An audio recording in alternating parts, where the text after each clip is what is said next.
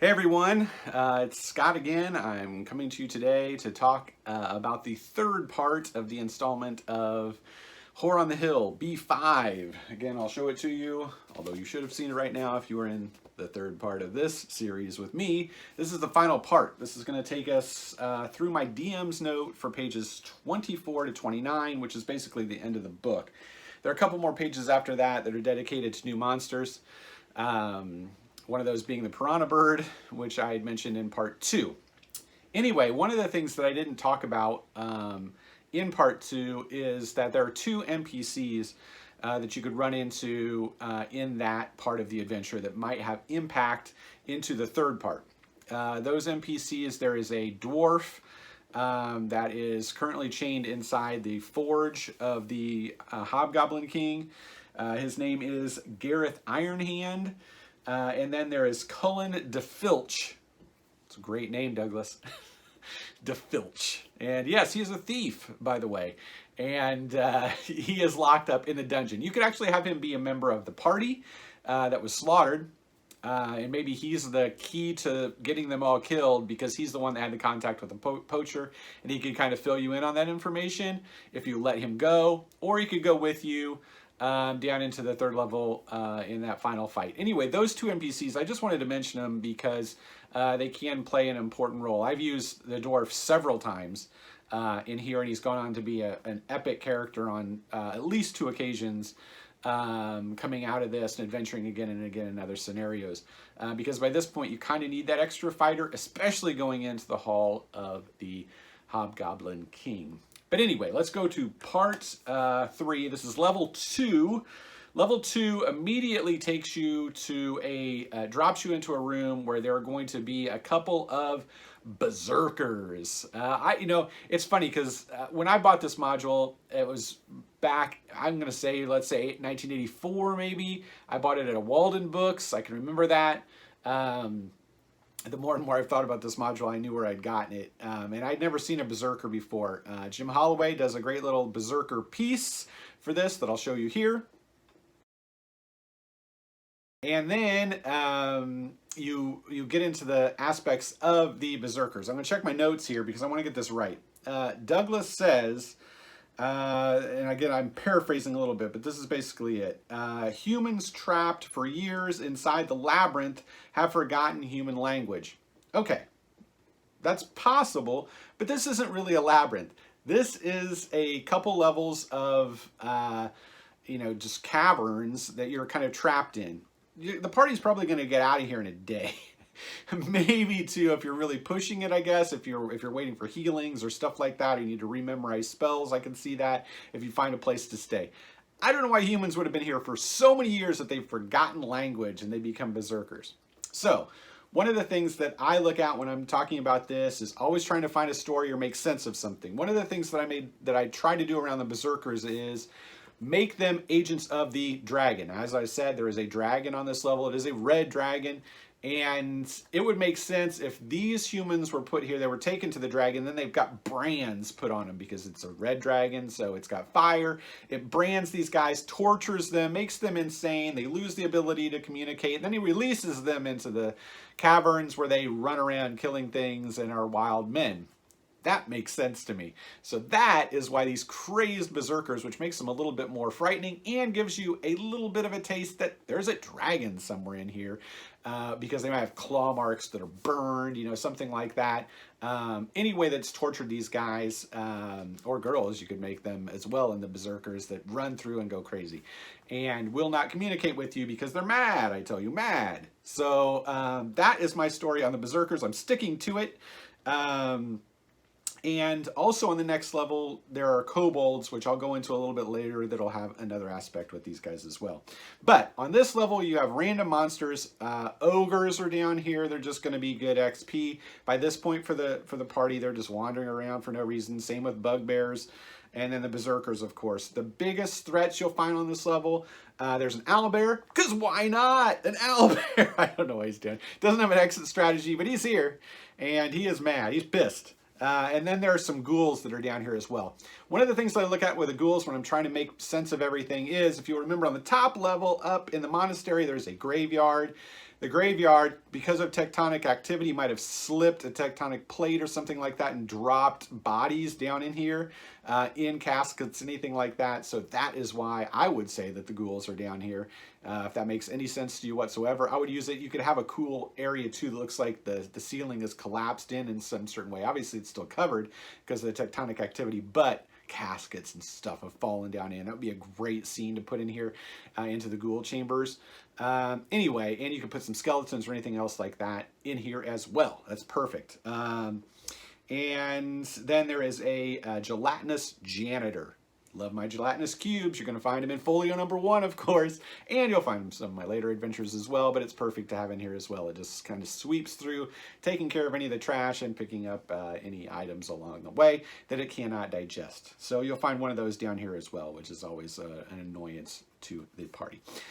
Anyway, one of the things that you'll find here that are prevalent in level 3 would be there are no kobolds. Not even listed in the random encounters, which I find odd because if you've got so many kobolds in the level below, which you do, I would think that they would have scouts up here. This would be the first chance for the party to also run into them and make contact with the kobolds because they're going to be very important below.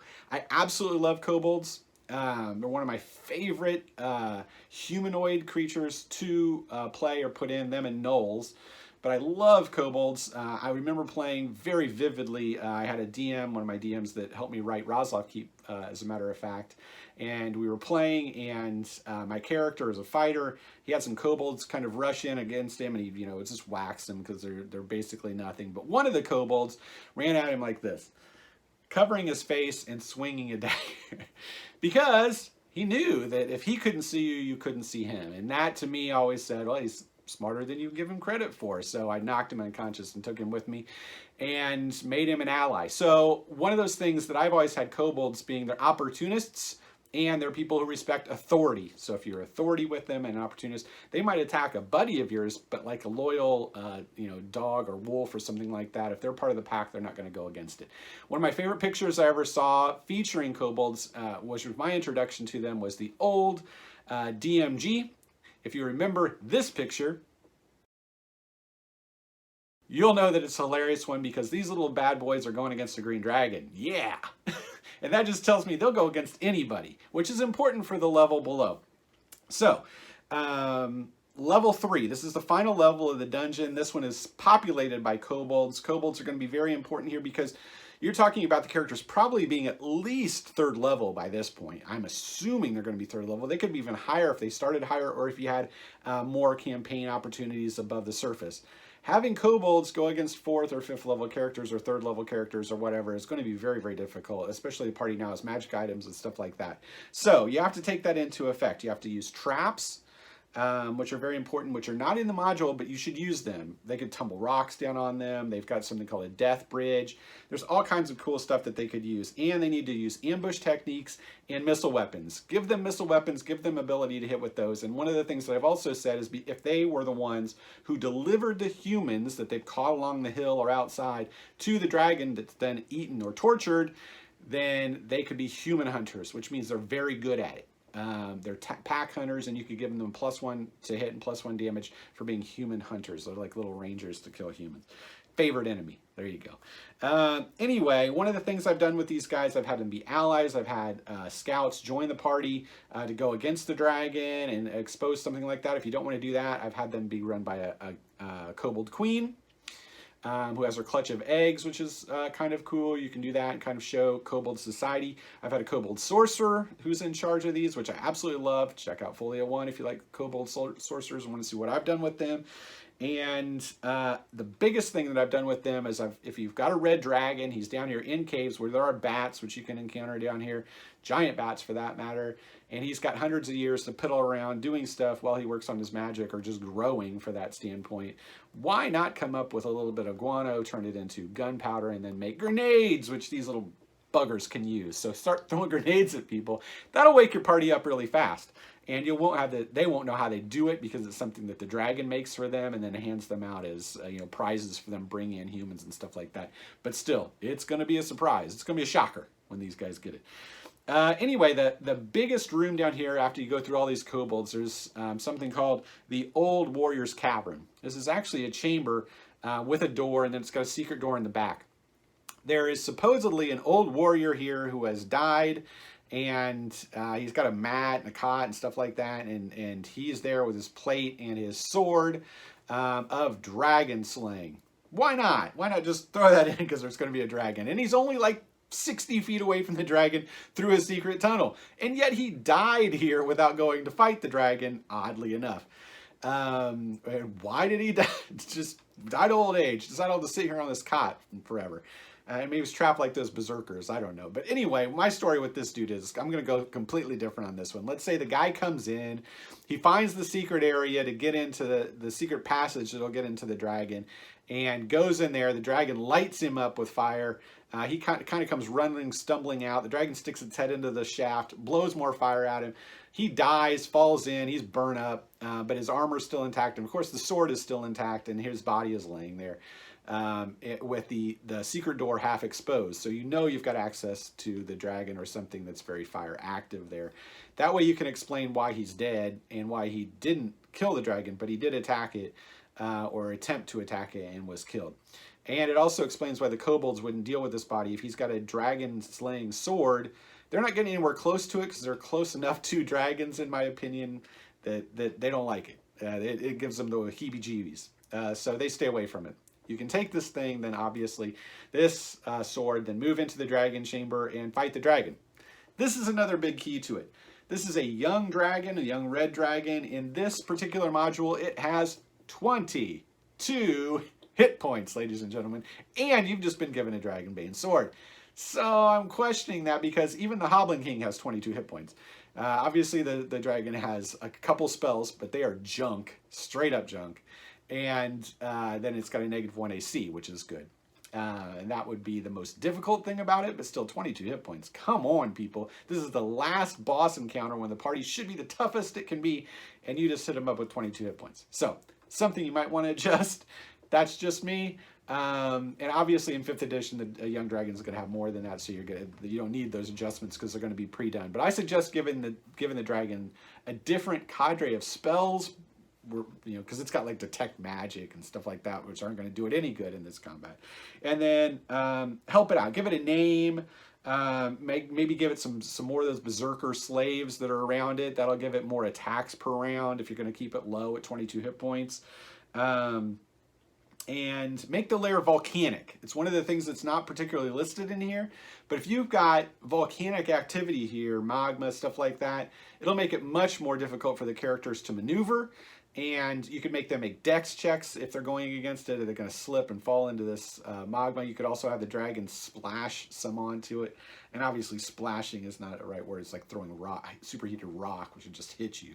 But nevertheless, it could do that because of its immunities to fire. But my most significant thing is with this dragon, if there are vents, and it's venting super hot sulfuric steam, have it do its wings, baby, and just swirl that stuff around in there and make everyone take heat damage from that. That'll really get them, because there's not going to be anything they can do about it unless they've got some elemental resistance. So that gives you a little claw to the dragon, a little bit more teeth to it, before the characters can get into an escape shaft, get out of here, and get back to Guido's fort.